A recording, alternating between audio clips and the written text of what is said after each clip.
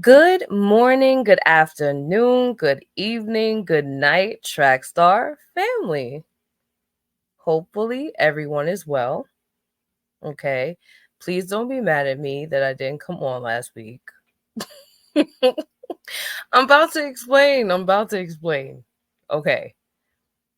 Are you listening? Are you listening? Okay. Pero this is what happened. So, and no pun intended on pero but I really had to learn how to sing a song in Spanish and English in like 2 3 4 days, and I was stressed out. I'm not gonna lie. I had to do some singing, and then I also had to prepare for another event I was supposed to sing at, so it was back to back. And then hear me out, my mental health was just not the best last week, if I'm being super transparent, which you probably don't care about, and that's fine. But if we're going to talk about mental health on this channel somewhat, and relationships and track records, I have to keep it 100 with y'all, right? If I'm not okay, it's it's okay not to be okay. I can't be telling y'all to go experience y'all feelings and not repress feelings, and I'm doing it. So I just needed some time. Is that okay with y'all? If it's not okay with y'all, I'm sorry. It's too bad. But I love y'all. Y'all know I love y'all. Now, to the topic at hand. This episode is inspired by yet another anonymous DM. So thank you, Anonymous, who has sent me this DM with a bit of a concern as far as today's dating scene and what it entails. And I thought this was super appropriate, being that the way they asked and sent this DM gave a few questions. It inspired a few questions. So we're going to navigate that tonight. If you're listening to this during the day, we're going to navigate it today. But before I submit any content into your eyes and ears, you already know what I have to do. I've got to give the disclaimer. Come on. You know me. You know me. Warning. I, Shaina, am not a licensed psychologist, psychiatrist, therapist, or medical professional. Yes, I'm going to continue to say this because, as much as you guys show me love and I appreciate it, especially just by pulling up in the live chat, you know that's my favorite. Yes, some of y'all have donated to me, and I appreciate that as well. It's going for the content, to enhance the content. I promise. I need y'all to understand, you cannot take everything I say to apply to your life as if it's Bible. Okay? I am not perfect. Nobody is, not even a licensed therapist. But you definitely got to chill listening to people you agree with on YouTube trying to fix your life like Ayanla, and then get mad when things don't go the way you planned. Okay? Nobody is in control here except the Most High. All right? Cool. Now that we got that out the way, I'm going to go ahead and read said anonymous DM that inspired today's content, which is, I'm single or I'm taken. Would or do I make a decent partner? Ooh, pretty heavy, right? Let's go ahead and read that anonymous DM. Good evening, One Track. I'd like to be kept anonymous. Good evening, Anonymous. I appreciate your content and the things you have spoken about. I wanted to ask your opinion as to why romantic relationships just don't seem to be as valuable as they used to be. Do you think it's the culture, outside influences, social media, etc.? I only ask because I have nieces your age, and I don't exactly feel relatable to them the same way you might. I'm a man in my late 40s, so your insight may help them better. I myself am divorced, but am now dating again, so this may help me navigate the dating pool. Dealing with internet dating isn't quite like how it was many years ago when I initially met my now ex wife. Being newly single again after a 15-year marriage is definitely intimidating. Thanks for being a beacon of hope, and thank you again for all that you do, Anonymous. Thank you, Anonymous. And I'm really sorry about the divorce. Nobody ever plans on getting married to then get divorced. Divorce, as we've spoken about on this channel briefly in the cassette tape episodes, is definitely a very emotional, mental, physical, spiritual process that can be very draining. And that doesn't even include finances. So, again, I'm sorry for the divorce. And you ask a lot of great questions. So, I'm not sure if I'll be able to clarify all of your questions and answer all of them for you, being that, again, I'm not a licensed psychologist, but it's definitely worth mentioning or just even digging into why the dating scene is the way it is. So, for those of you who may be listening for the very first time, I am Shaina. You may also call me One Track. And on this channel, we're mainly just diving into track records, interpersonal, and the one with the most high. But not only do we delve into that, we kind of want to look to see where society as a whole or just the culture or whatever has failed us. So the fact that you are even thinking ahead that it could be the culture, it could be outside influences when it comes to the dating scene the way it is amazing. I I couldn't have put it any better than that. So I typically like to make lists of things, and you guys can chime in if you feel like there's something that you'd like to add to this. Definitely throw it in the comments section or the live chat. Or if you want to DM me anonymously or privately, whatever, that's cool. Or hit me up through email. I don't bite. I might. I don't know. Depends how you hit me up first, but let's go ahead and officially get into what I have prepared for this evening. Okay. So, again, Anonymous, great questions. And I think where society has failed us and a lot of outside influences is simply this.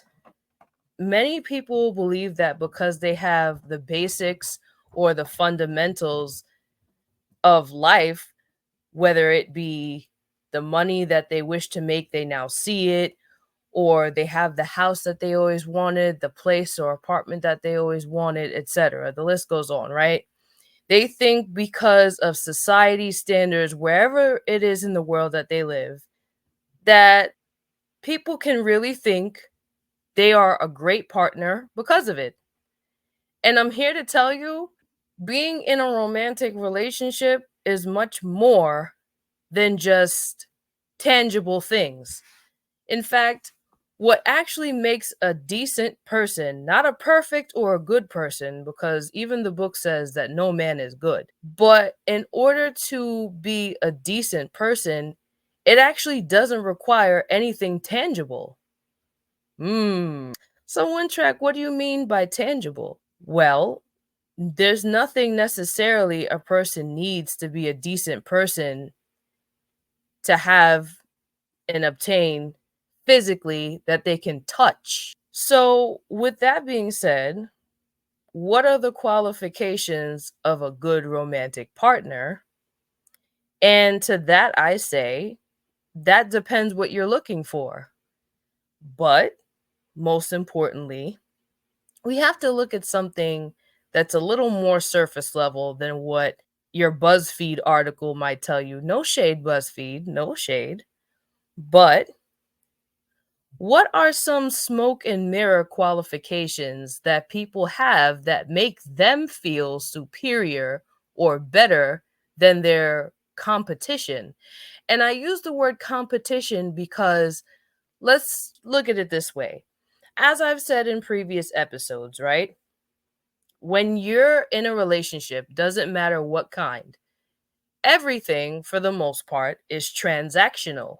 But as I'm sure many of you may have experienced, or just in, hindsight, or whether it be a friend, you're learning vicariously through others, the dating pool as a whole will always have several candidates that on paper may come across as better than you.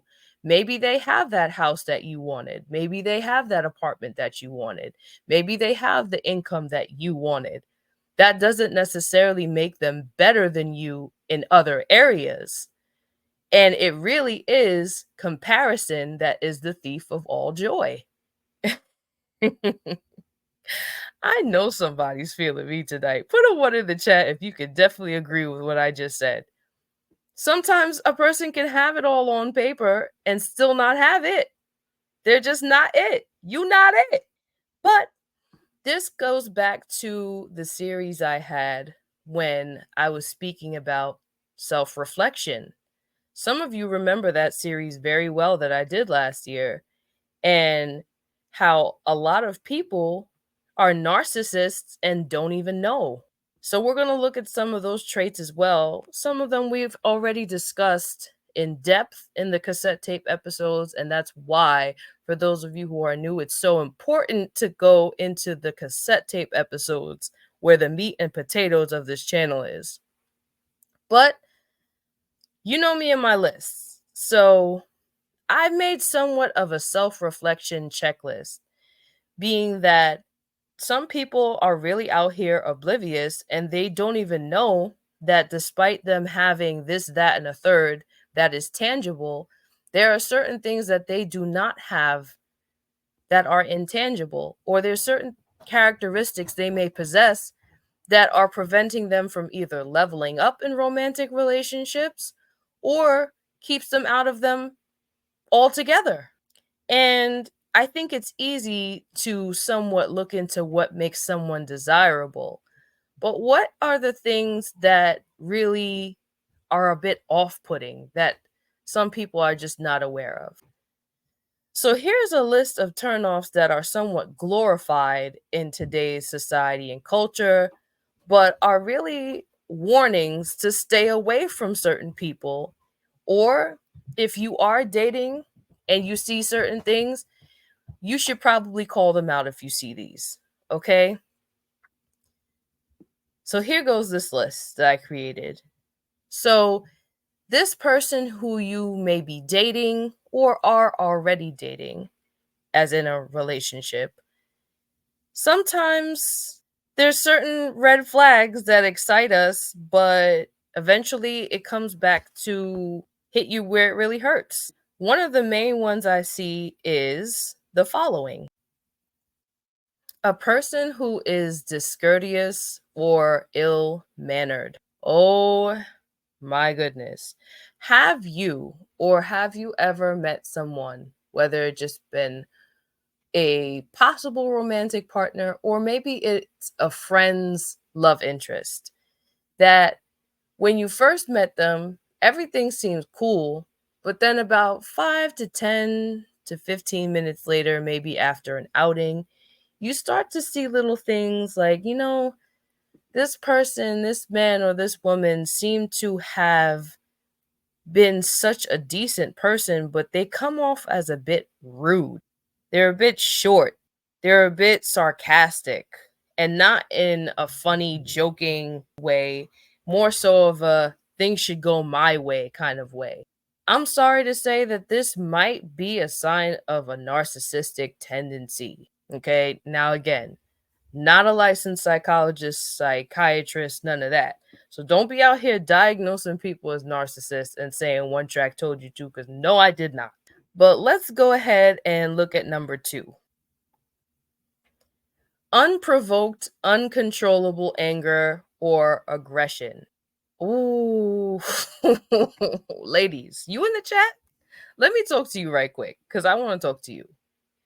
You know, in those movies and whatnot where a guy cheats and like the girl will do something weird, like shove a pie in his face, and it just feels so gratifying.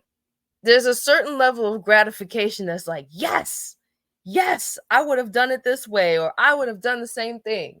In real life, please get it out your head that it's okay to do things like this. Because I'm sorry, I got to get on the women for just a second. I have seen women do a lot of crazy things in the name of love. But my thing is, when are these movies going to make it more acceptable to put yourself first, love yourself first, and just leave before you do something stupid like this? There would be no movie like that, right? Because there needs to be drama and chaos and whatever else to keep a storyline. Some of these women out here in this dating pool have been so brainwashed into thinking their life should be lived out like an episode of Love and Hip Hop.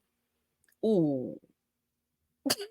You're just supposed to throw drinks at your friends because you disagree, or you saw something, you spoke up because you didn't mind your business, which you really should be minding your business as a grown woman and not being in everybody else's business. Let's just call a spade a spade. Like this society has led us women into thinking that we're supposed to meddle in everybody's business, but nobody's supposed to meddle in ours. All right. We're supposed to be barbaric when it comes to friends. It's okay to fight your friends, even though there are consequences, legal consequences to doing such things. Okay. Because everybody wants to prove they're about that life. No. Like, why? Unprovoked, uncontrollable anger is not cute. This is not something that needs to be glorified. Men as well. You're not going to sit here and shove my head in between the washing machine and the dryer because you think that I cheated on you. That's not cute. But it's glorified and it's almost a ha ha funny joke. If a man was like, yeah, keep playing with me, see if I won't put your head in between the refrigerator and the oven. Like, what? Sir, that's not cute. That's a threat. Stop saying weird things like this. Please and thank you.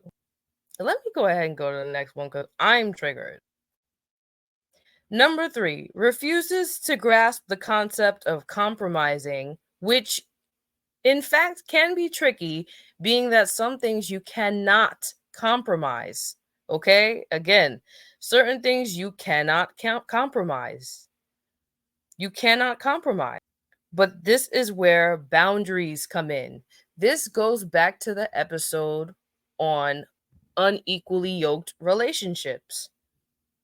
If y'all are not on the same page about small things, what is going to happen later when you need to be on the same page for big things?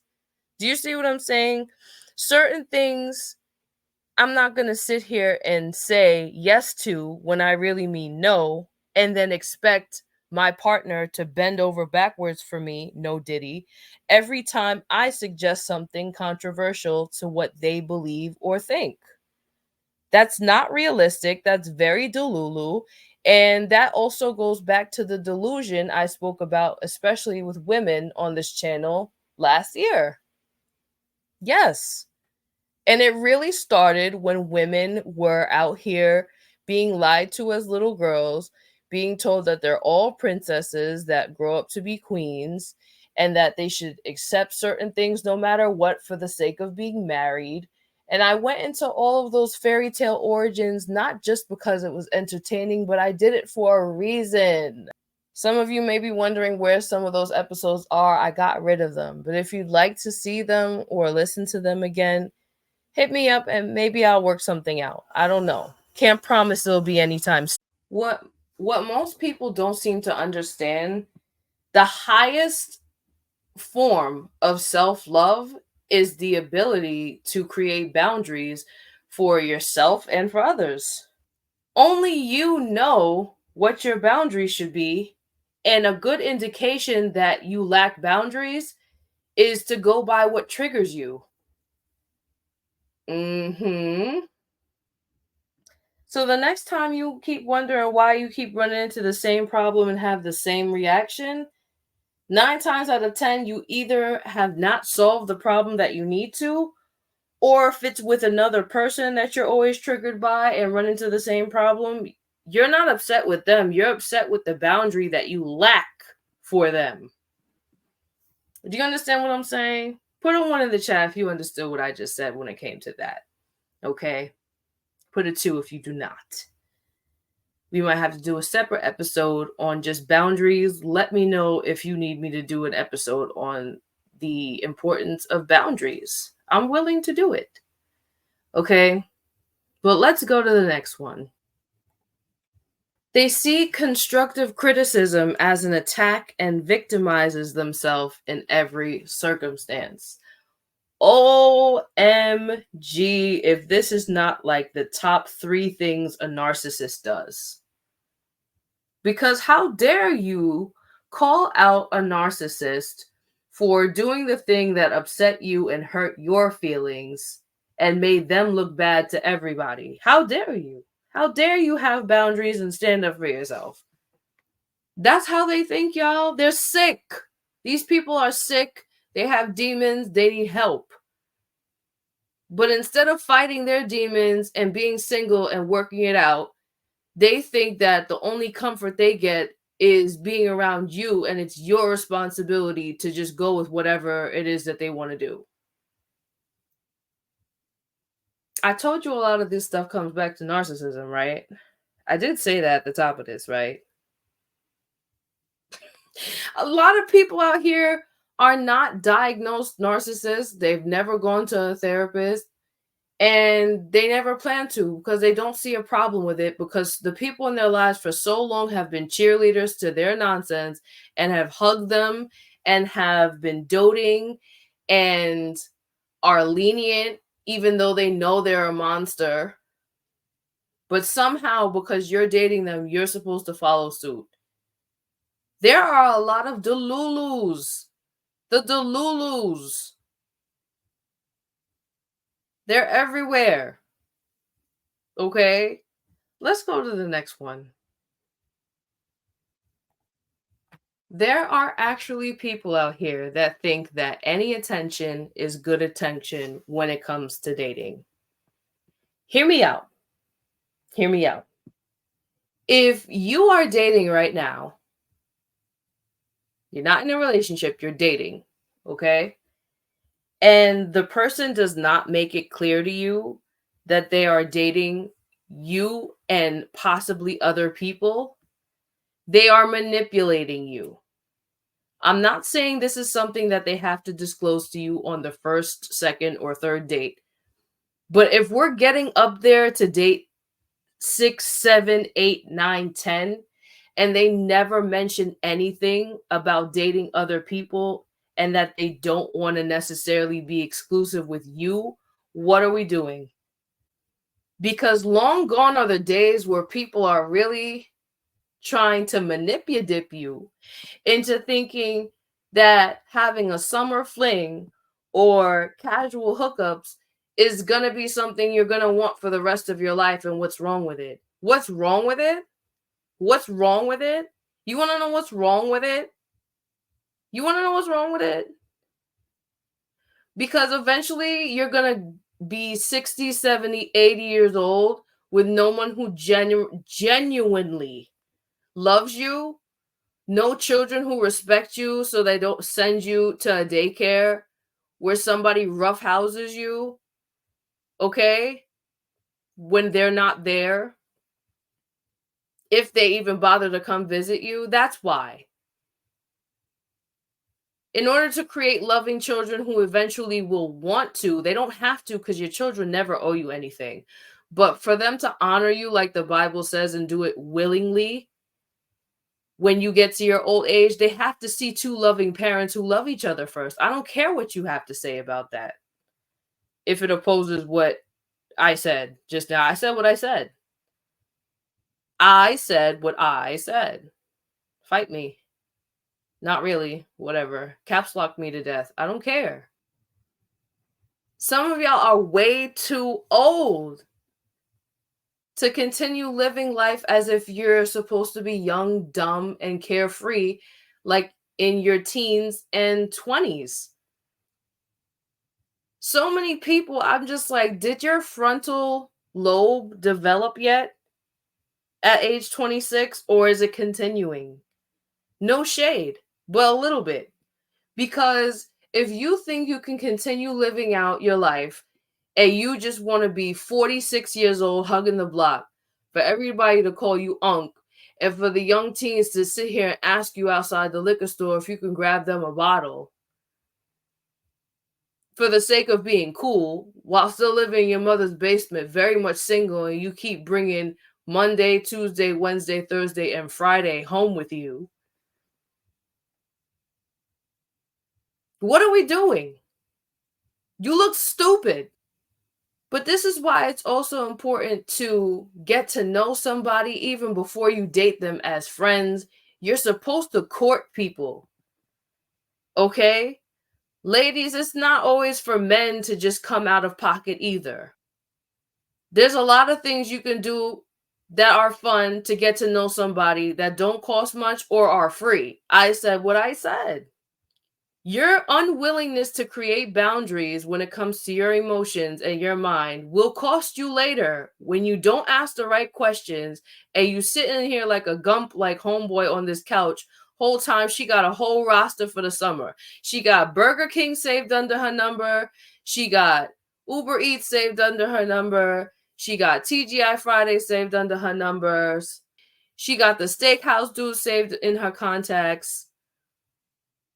What else? You name it. Why? Because he probably didn't ask the right questions. And he probably did some things that he probably shouldn't have done physically with her, and he's too invested.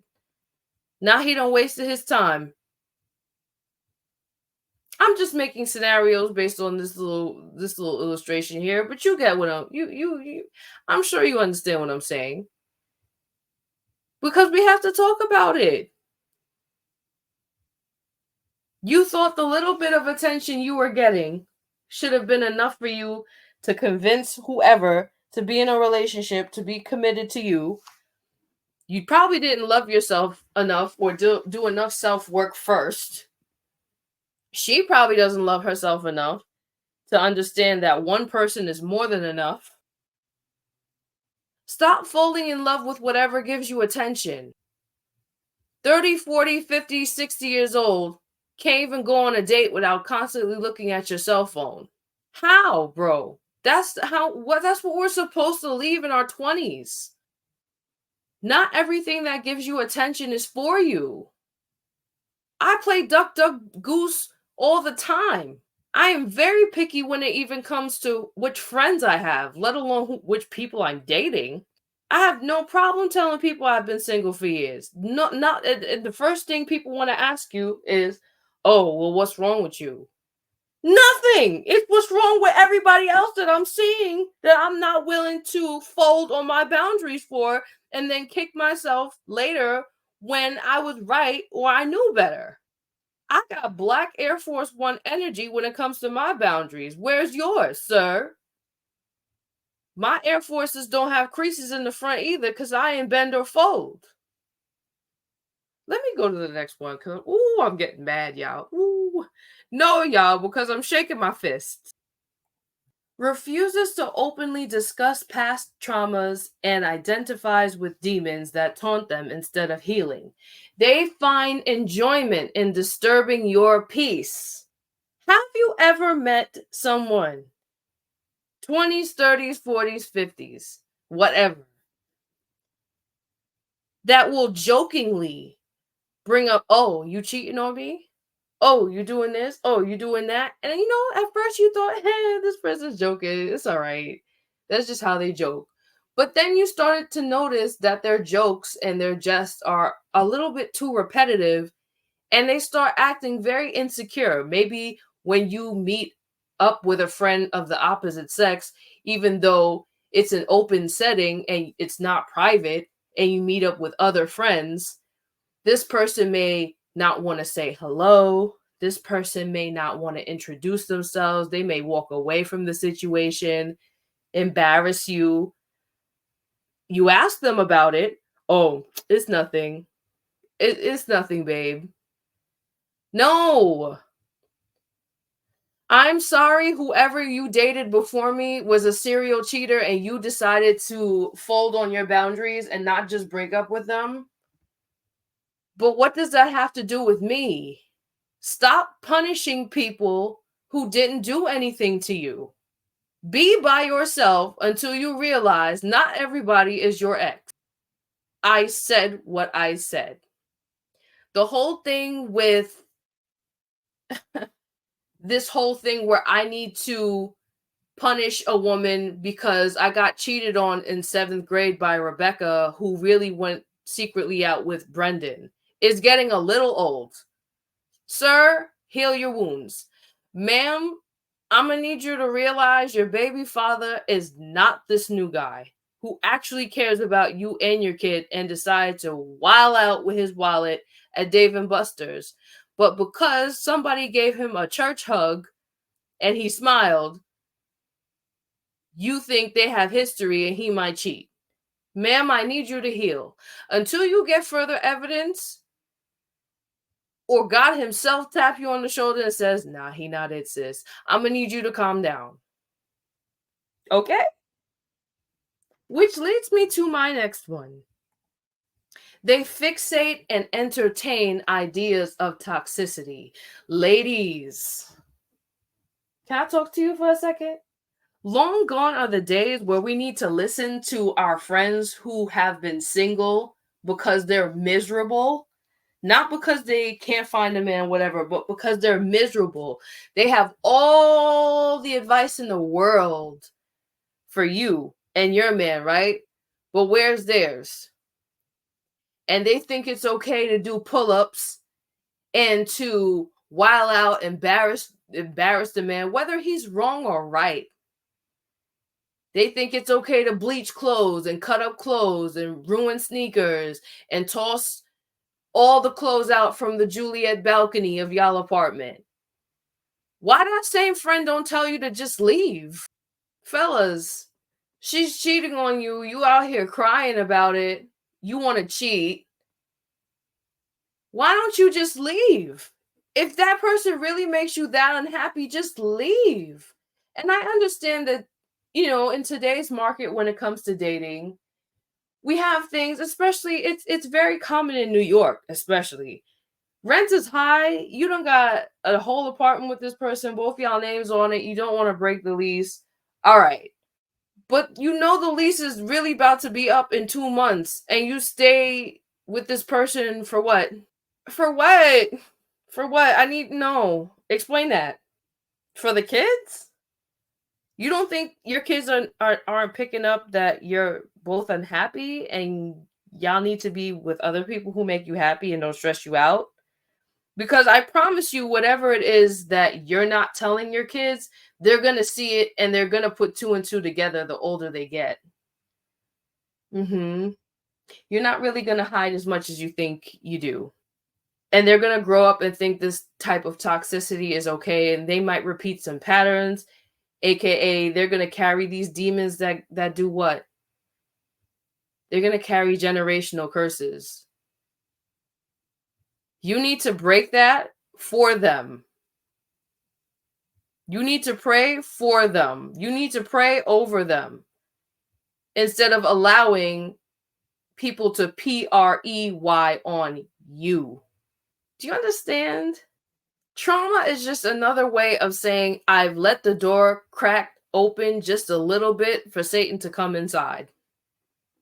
When God told me to close the door and he's teaching me how to apply a new lock on the door. Let's go to the next one.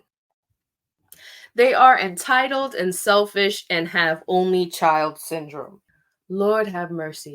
Is it just me, or is it something about dating certain people that because they didn't have a sibling to WWE SmackDown them on the sofa when their parents was away at work, or they didn't have anybody to humble them to play video games with and beat them endlessly in Mario Kart, or just racing down the block and back again. They had nobody to play with, no one to talk to, nobody to develop social cues with, that they just feel entitled. They have a sense of entitlement that whatever it is their parents gave them out of guilt for not having another child or letting them have enough friends, they now feel the whole world owes them. Watch out for these people. And God bless those people who didn't necessarily have siblings growing up, but they had cousins to show them the ropes, or they decided in their adulthood and they got enough self awareness to realize the world is not revolving around just me. It's not all about me. There are things bigger than me. If this person does not have that level of self awareness and they happen to be an only child, I'm sorry to say, they probably won't get that level of self awareness until you leave them. Because you can't help somebody who doesn't want to be helped. You can't change anybody, no matter if they want to be changed or not. They have to make the conscious decision to do that on their own. And not only do they have to have the thought first, they have to have the heart to do so as well. Yes. And this is why I went so hard to talk about intelligence and also emotional intelligence. People who happen to have this only child syndrome very much lack emotional intelligence, understanding that others, even though they may disagree, are not personally attacking you. Everybody is entitled to their perception of what we call reality. Again, what you may see as number 6, I may see as number 9. Neither of you may be wrong, but you have to embrace others' perceptions to get a full grasp of reality. Long gone are the days where you get into a relationship, you see certain signs that a person is unwilling to communicate, unwilling to open up to you. But in the same breath, you want to take care of them, but they throw it back in your face and say, "Oh, you're not my mother. Oh, you're not my father." You're right. I gotta go. Bye. Let me go to the next one. Number 9. They're quick to match negative energy, but giving positive energy seems like a struggle or not in their best interest. The days where you decide to date somebody and have them go tit for tat, cancel it. I'm not buying it. Anybody who decides that they should be childish enough to return the same energy that you use to hurt them is very childish. You don't need to be with them. And clearly, they don't value you.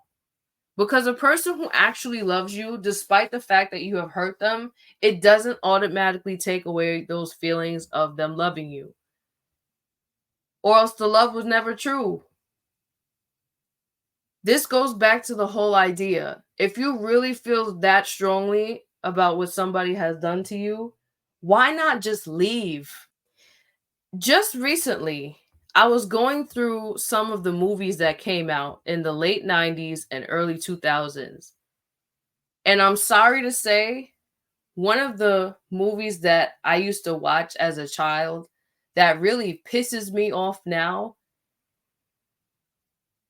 is Two Can Play That Game.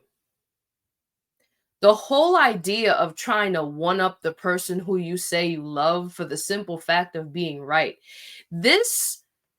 You want to know why things are so terrible now in the dating game? Because for decades, we have been conditioned to think, especially as women, that being right is more important than having the person that you're with. Somehow, it's more important to have a happy wife, happy life over a happy spouse, happy house. And then you're wondering why people decide to have extracurricular activities out of home. They may lie and say that they're busy, another work meeting in the office, OT, whatever it is. You wonder why. And I'm not saying that a person is right for stepping out of a committed relationship, but we do have to have some level of self awareness to understand that sometimes a person communicates that they're not happy, not just by saying it, but how they're acting. It should be your job, if you love said person, to ask about it, and not with an attitude, because that goes back to nonverbal communication, where a person can pick up on your feelings not based off what you said, but how you said it. I don't care, man or woman, in order to have a happy home, there has to be some mutual respect. And you have to realize also, when you decide to step out and do whatever you want, at the same time, it's really not doing whatever you want, because you also represent the other person whom you're dating. Even when you're dating and you're not in a relationship, if people know that y'all are dating, y'all are in the courtship stage, you still represent that person. And like I said on the community tab on the channel, the highest form of love that I personally have ever received was consideration. A person who considers how things may even look to the outside world, even if they're not doing anything, but they keep me in the back of their mind, not just to make me happy, but to make me feel respected, and so that others will follow suit to respect me, even when I'm not there. That is a person I want to be with. I don't know about you. Let's go to the next one.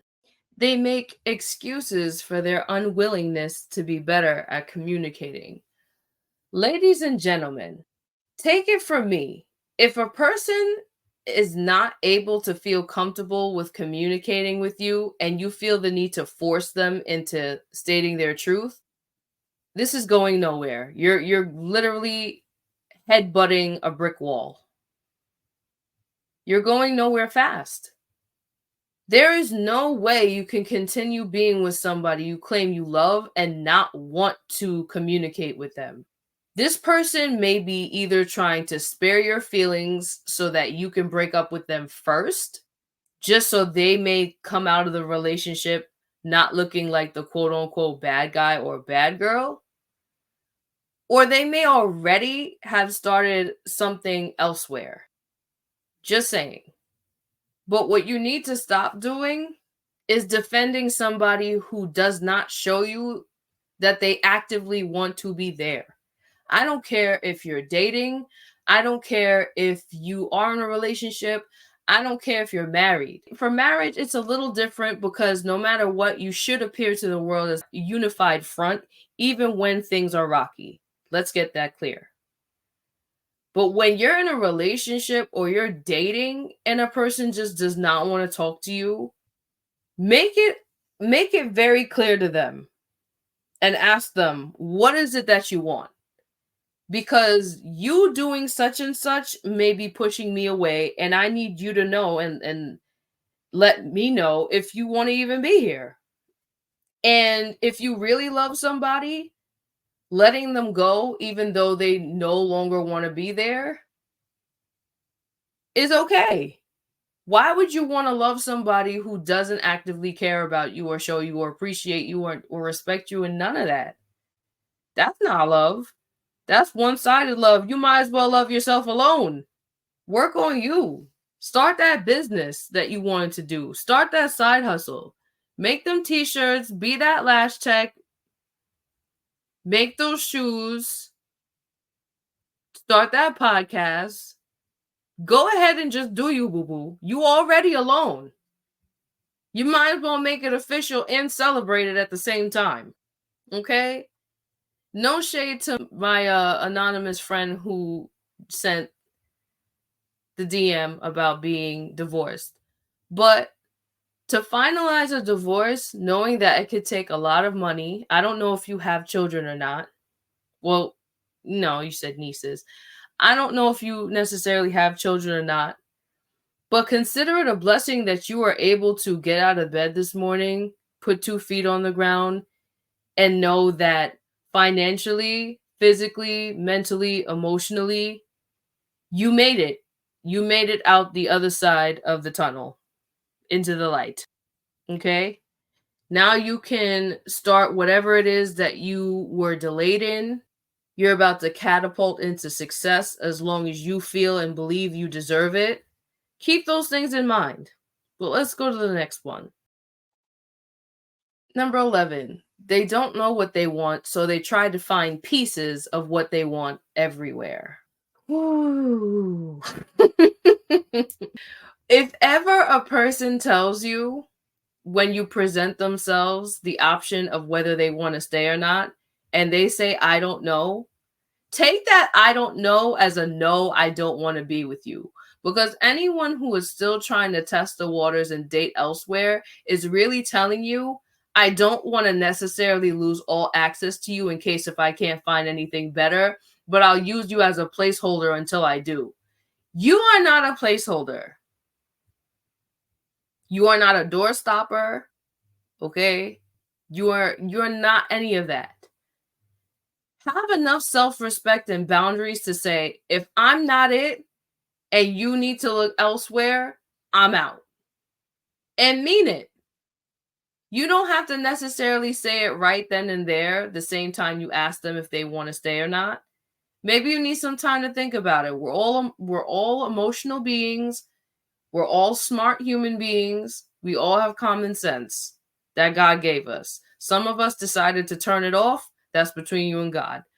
But back to the Black Air Force One boundaries. Okay? Stand on business and let people know that they do not need to take you for idiots. Okay? Let it be known. I'm not the one or the two. Let's go to the next one. Because I'm getting mad, y'all. No, y'all, I'm getting mad. Number 12. They have poor judgment when it comes to the friends and family they confide in. I absolutely hate it when you date somebody and you feel like you're dating their entire family as well. Whole time, their whole family, you're learning little by little with each family interaction, whether it be Christmas, Thanksgiving, a baby shower, a wedding, that their family is trash. Okay? For somebody to have so much family who has so much to say to you, why your family don't have it together? Why?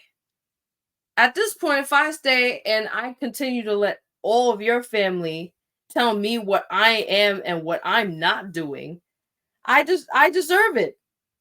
If I don't have enough boundary to say you need to choose between me or your family, I don't necessarily expect you to choose me over your family. I'd be a dummy though if I expected things to change and automatically you treat me better if you don't check your family though. Am I right or am I right? And it doesn't matter how old you are. The minute that you feel that a person's family is disrespecting you to your face, you should already know that the things that they say about you when you're not around are probably 10 times more disrespectful. And that they have been said around your significant other, the person you're dating, and they probably didn't stand up for you because they're too comfortable letting people dog themselves. But it's okay for you too. No, no, no, no. This goes back to the concept of consideration. When you hold me to a high esteem, so that when I'm not there, you represent me and you don't even allow people to talk badly about me while I'm not there, cool. I might marry you. Until then, it's a no for me, dog. Straight up. Straight up. This also comes into play when you may notice that the person who you want to date You're finding out all the tea from your boyfriend or girlfriend that such and such friend is a cheater. Why you so cool with them then? You a cheater too? Or what's up? You had no problem telling me that this person's a cheater or this person does this and this or that and that, but you make active plans to hang out with them all the time when I'm not around. Cool. Cool. I'm cool on that. I'm cool on that. Nope. Let's go to the next one. They lack patience and don't feel as if they need any ever. I, hmm, it is very telling of a person who is not patient when it comes to anything, but especially you. Because one must ask themselves, if this person is not patient with me and I want to date them, they're not patient with their parents, they're not patient with the rest of their family, they're not really patient with their friends. How are they going to be patient when it comes to a child who is literally learning the world for themselves? Or maybe they don't want children. You think things are going to be easier later if they're not patient with you now and they're trying to get to learn you and know you and understand who you are before they decide to make rash decisions? And a person, show me a person that's impatient, and I'll probably reveal sooner or later that this person is also very selfish. They're cousins. People who are impatient can also have a tendency to be very selfish because they want what they want when they want it. Mm. Let's go to the next one. They have 14, poor time or priority management. A person who always says they're busy. Ooh, I'm exposing myself. I'm going to use myself as an example. Because no, y'all, if we're going to sit here and build track records, I got to be honest too. Even though you can't see me because I decided to be faceless for this episode yet again. But one track, come to the front of the crowd. Ma'am, you have been charged with saying that you are too busy to do certain things with people who are interested in you and then wonder why they ghost, which I'm not mad at because, listen, I like to tell people up front the truth. There's nothing necessarily wrong with being busy, but there is a problem when you decide that you want to actively date and not openly communicate that you're A, busy, or B, you want to use the excuse of you're busy as a reason to ghost somebody and to not prioritize them. Because I'll let you know this. For people who are actually very busy and have very demanding schedules, when they want what they want, there's a will and a way. If they really like you enough and they really enjoy your time and company, they will make sacrifices. Yes, they will.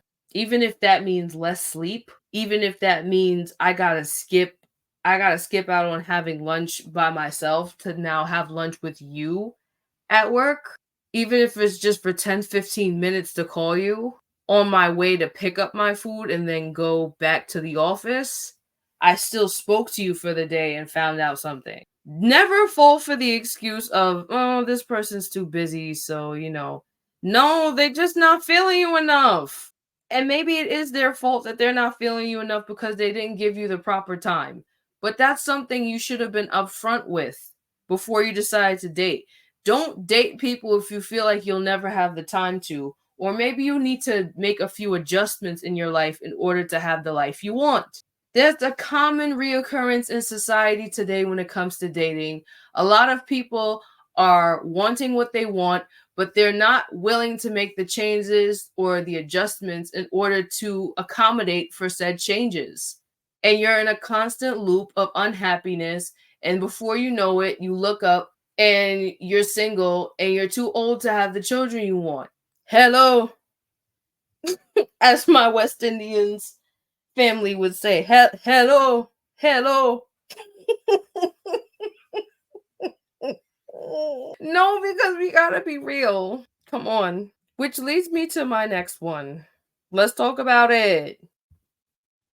Their priorities are every which way, but you never seem to be on the top of their list. If you ask a person to list their priorities in life as you're dating them, if you or the idea of them dating is not within like the top 4 or 5, we might have a problem, especially when you list yours and it's not matching up. This is what I'm talking about when it comes to unequally yoked relationships, marriages, friendships, all that. This applies for all types of relationships. Because even as busy as I am with 3 jobs, it may take weeks before I see my friends, sometimes months. But when we do link up, we know what's up. If you make a list of priorities and you feel that you are not the highest priority, but you're not somewhere mid-level to begin with, something's wrong. Something's wrong. And not everybody's going to be willing to be honest or as honest as you in communicating that. So I think you should do the hard work for them and just release yourself. You're doing yourself a disservice staying where you're not appreciated, you're not cared for, you're not respected, all of the above. Okay? Next one. We are almost done. The person or the people they support, it doesn't really seem to correlate with the person they display to you. Have you ever dated somebody, or have you ever been in a relationship with somebody, a marriage with somebody, where to you they appear as one person, but then you meet their friends and you're just like, well, I've been around your friend X a number of times and I don't see the reasons, or I don't understand why you're friends with such people. Maybe there's nothing even wrong with the person's friends, but you're just trying to put your finger on it as to why they have this group of friends in particular, or this friend, when they don't see any similarities of any kind. And I'm very much aware that opposites attract, whether it be friendships, relationships, whatever, right? We're not talking about that. I'm talking more so of, hey, I mean, you tell me you go to church every Sunday, but this one is straight up into African spiritualism. Well, what's up with that? Has she ever gone to church with you? Have you ever gone to anything with her? You see what I'm saying? Like, you are clearly seeing that this person and their friend group or their friend seems a bit unequally yoked. It doesn't seem like there's any reciprocity there, any teamwork. They're not really on the same page when it comes to major things, yet they're still so close. So, is it a superficial friendship? Are they only hanging around certain people for benefits that seem just a bit tangible and not intangible? Is this the friend you only call for vacation? Is this the group of friends you only call to party and that's it? But if you were to ever get into some serious trouble, they would never answer their phone. Be very careful with people who present themselves to you one way and the world another. Be very careful. I myself tend to live in my head for the simple fact that, I'm sorry to say, people have made me very cynical. But it's through God's grace that I have to understand I am not better than anybody, nor am I necessarily worse than anybody. People have done maybe worse things than I. I have maybe done some things that are worse than somebody else, but that doesn't mean I'm better or worse as a person. You catch my drift? But I need to understand why certain associations happen if I'm dating you and you have a certain crowd around you that you do, and it doesn't make sense. It's okay to question. Maybe not question their morals or what they stand on, but question their thought pattern. It's okay to do that. Not even to them, but rhetorically, where you don't necessarily keep it out loud, but maybe you write it down and you make some type of distinction as to whether or not it's worth staying. Let's go to the next one. I might be revealing a little too much. Woo! Okay. Be careful of the person with no emotional intelligence. They are dismissive of others' opinions and feelings if it doesn't fit with their own. This already goes without saying. This also goes back to the idea of having the only child syndrome. Okay? Certain people, aka narcissists, again, please don't go diagnosing anyone. Because some people have tendencies, others are for sure with the personality disorder. Yes, there's a distinction. But we need to be real when it comes to narcissistic tendencies and to spot them early, because I promise you, people with these tendencies or personality disorder, it only goes downhill. What you may think starts at main level will only have you spiraling downwards. The more you entertain, release said boundaries that you spent so hard your whole life building, it becomes harder and harder as a person tries to gaslight, manipulate, whatever you want to call it, into thinking that I don't see what the big deal is.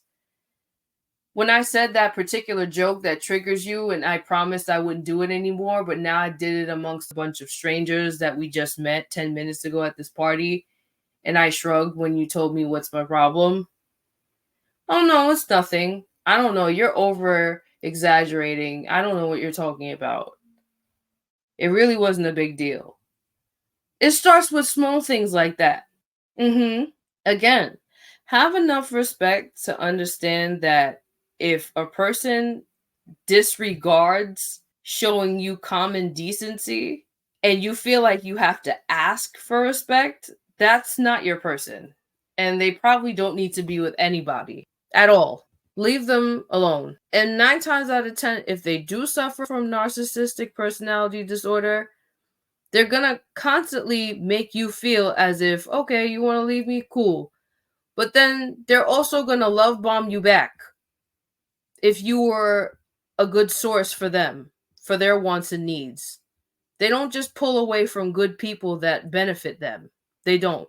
So this is where, again, boundaries comes into play. When you know you're a decent person and you're not the problem, idiots and people who fumbled you will always come back. Man or woman, they'll always come back. Let's go to the next one. They are manipulators and do evil spirited things. When called out, they say they were only joking. Goes back to the same example I just told you. Some people really think that in order to humble you and to manipulate and control your feelings into getting what they want, they have to belittle you. They have to make you feel, okay, let me test out this person's energy today. Oh, they're confident? Nah, I don't allow them to be confident today. I'll have them be confident next week when I need something out of them. But right now, I need them to understand that I'm their only source of happiness. That's what narcs do. Yes. For them, everything is about appearance. Even you, because they understand that them manipulating you and you representing everything they want, you're a representation of them too when y'all go out or they go out without you. They might love bomb you into buying you a whole bunch of things that you think that you want, things that you swear that you needed, only to say, but I got that for you.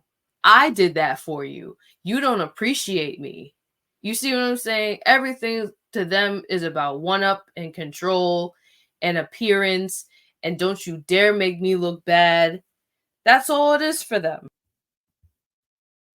So hopefully this has clarified a few things for my anonymous person. Thank you very much for sending that DM so that we can clarify certain things that are toxic within this dating culture as to why it's not the same anymore.